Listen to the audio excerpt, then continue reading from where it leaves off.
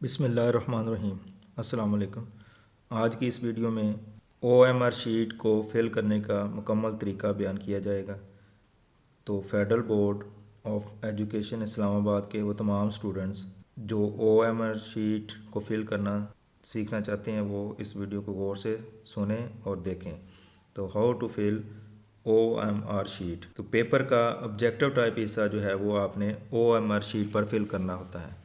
इस मकसद के लिए आपको एक शीट दी जाएगी जिसे हम OMR शीट का नाम देते हैं। तो सबसे पहले आपने मुतलका कॉलम में अपना रोल नंबर लिखना है। For example 2 4 4 6 8 9। इसके बाद मुतलका कॉलम में अपना रोल नंबर बबल्स की सूरत में भी आपने फिल करना है। याद रहे कि इस मकसद के लिए आपने नीला या काला बॉल पॉइंट या मार्कर यूज़ कर सकते हैं। बबल को मुकम्मल फिल करना है। बबल को दायरा लगाने या नामुकम्मल फिल करने की इजाज़त नहीं। तो मुकम्मल तौर पर आपने बबल्स को फिल करना है ऊपर रोल नंबर के हिसाब से। फॉर एग्ज़ाम्पल आपने किसी कॉलम में 9 लिखा है तो जो बबल है वो 9 वाला ही फिल करेंगे। तो इस तरीके से आपने अपना रोल नंबर हिंसों में भी लिखना है और उसके बाद आपने बबल्स को भी उसी हिसाब से फिल करना है। इसके बाद ऊपर कॉलम में आंसर स्क्रिप्ट नंबर का कॉलम आपको शो हो रहा है। यहाँ पे आपने जो आपका जवाबी कापी है जिसे हम ई शीट कहते हैं उसका नंबर यहाँ पे लिखना है। तो आंसर स्क्रिप्ट नंबर में आपने ई शीट का नंबर जो है वो लिखना है जो कि आपको स्क्रीन में शो हो रहा है। तो एक बार कोड के नीचे 0000000 लिखा हुआ है, लेकिन जो शीट आपको दी जाएगी पेपर में उसमें यहाँ पे कोई ना कोई नंबर लिखा होगा।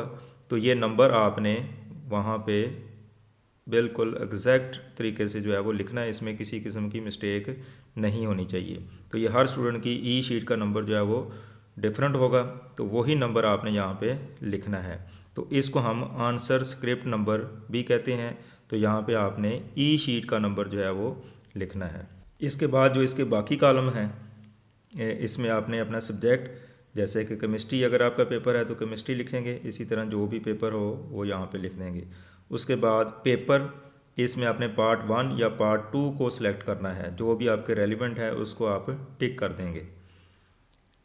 तीसरे कॉलम में कैंडिडेट सिग्नेचर, यहाँ पे आपने अपने साइन करने हैं, यानी हर स्टूडेंट अपने साइन यहाँ पे करेगा। उसके बाद लास्ट जो कॉलम है इसमें इन्विजिलेटर सिग्नेचर, तो यहाँ पे जो पेपर के दौरान निगरान या इन्विजिलेटर होगा वो यहाँ पे साइन करेगा। तो ये उसकी ज़िम्मेदारी है, वो साइन खुद करेगा। अगर पेपर के 20 मिनट तक यहाँ पे कोई साइन ना करे तो आपने खुद याद करवा के साइन करवा लेने हैं इन्विजिलेटर से। उसके बाद नेक्स्ट जो बॉक्स है इसमें वर्जन नंबर जो है उसका कॉलम दिया गया है। तो यहाँ पे आपने जो भी ऑब्जेक्टिव पेपर आपको दिया जाएगा वो ऑब्जेक्टिव पेपर पर वर्जन नंबर जैसा कि स्क्रीन पे शो हो रहा है 9082। तो ये हर स्टूडेंट का जो वर्जन नंबर है वो डिफरेंट हो सकता है। तो आपने ऑब्जेक्टिव टाइप पेपर का जो वर्जन नंबर है वो यहाँ पे लिखना है। तो इसमें किसी किस्म की मिस्टेक नहीं होनी चाहिए। और इसी तरह यही वर्जन नंबर ऊपर बबल्स की सूरत में भी फिल करना है। तो वहाँ पे आपने मुतलका बॉक्स में जो आपका वर्जन नंबर है वो यहाँ पे आपने हिंसों में भी लिख देना है, जैसे 9082, तो ये आपने हिंसों में भी लिख देना है। और इसी तरह नीचे जो बबल्स हैं इसी नंबर के रेफरेंस के साथ आपने वो पूरे मुकम्मल फिल करके वहाँ पे भी ये वर्जन नंबर शो कर देना है। तो इस तरीके से अपने ऑब्जेक्टिव पेपर का जो वर्जन नंबर होगा जो कि हर स्टूडेंट का डिफरेंट हो सकता है वो यहाँ पे आपने मेंशन कर देना है। तो अगर आपने ये वर्जन नंबर गलत लिख दिया तो फिर आपकी जो मार्किंग है वो उसी वर्जन नंबर के लिहाज से होगी जो आपने लिखा होगा। तो उसके आंसर और होंगे और आपके आंसर उससे मैच नहीं होंगे तो उसका आपको नुकसान होगा। इसलिए अपने वर्जन नंबर लिखते हुए ज़रा भी गलती का अंदेशा नहीं होना चाहिए। इसके बाद लेफ़्ट साइड पे आपके जो ऑब्जेक्टिव टाइप पेपर हैं उसको हल करने के लिए ऐसे आंसर्स बबल्स की फॉर्म में दिए गए हैं। तो आपने हर क्वेश्चन का जो आंसर है वो बबल्स की फॉर्म में जो है वो फिल कर देना है। फॉर एग्ज़ाम्पल अगर आप क्वेश्चन नंबर 1 जो है उसका जो पहला MCQs है उसका ए पार्ट दुरुस्त है तो आप ए पर बबल्स से फिल कर देंगे मार्कर से। इसी तरह क्वेश्चन नंबर 2 में अगर आप समझते हैं कि बी पार्ट या सी पार्ट दुरुस्त है तो आप उसको बबल कर देंगे, फिल कर देंगे। इसी तरह आप क्वेश्चन के जितने भी पार्ट हैं वो सब को बारी बारी बबल्स की फॉर्म में फिल करते जाएंगे। तो इसके बाद जो इसमें एहतियात ज़रूरी है वो ये है कि आपने किसी भी आंसर के लिए डबल फिल नहीं करना, यानी 2 ऑप्शन पे आपको अगर फिल करेंगे तो आपका मार्क्स जो है वो 0 शुमार होंगे।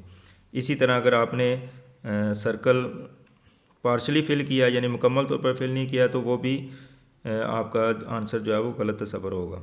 तो मुकम्मल फिल करना है, किसी भी क्वेश्चन में आपने एक से ज़्यादा बबल्स को फिल नहीं करना और नामुकम्मल फिल नहीं करना। इसके लिए ये एहतियात ज़रूरी है। स्क्रीन पे आपको करेक्ट मेथड और रॉन्ग मेथड की पिक्चर शो हो रही है, तो इसको आप देख लें। इसके मुताबिक आपने अपने जो आंसर्स हैं उसके लिए बबल जो है वो फिल करने हैं। तो ये याद रखें कि कोई भी आंसर जो है वो आपने खाली नहीं छोड़ना। बबल्स फिल करने के लिए आपने मार्कर या बॉल पेन वगैरह यूज़ कर सकते हैं।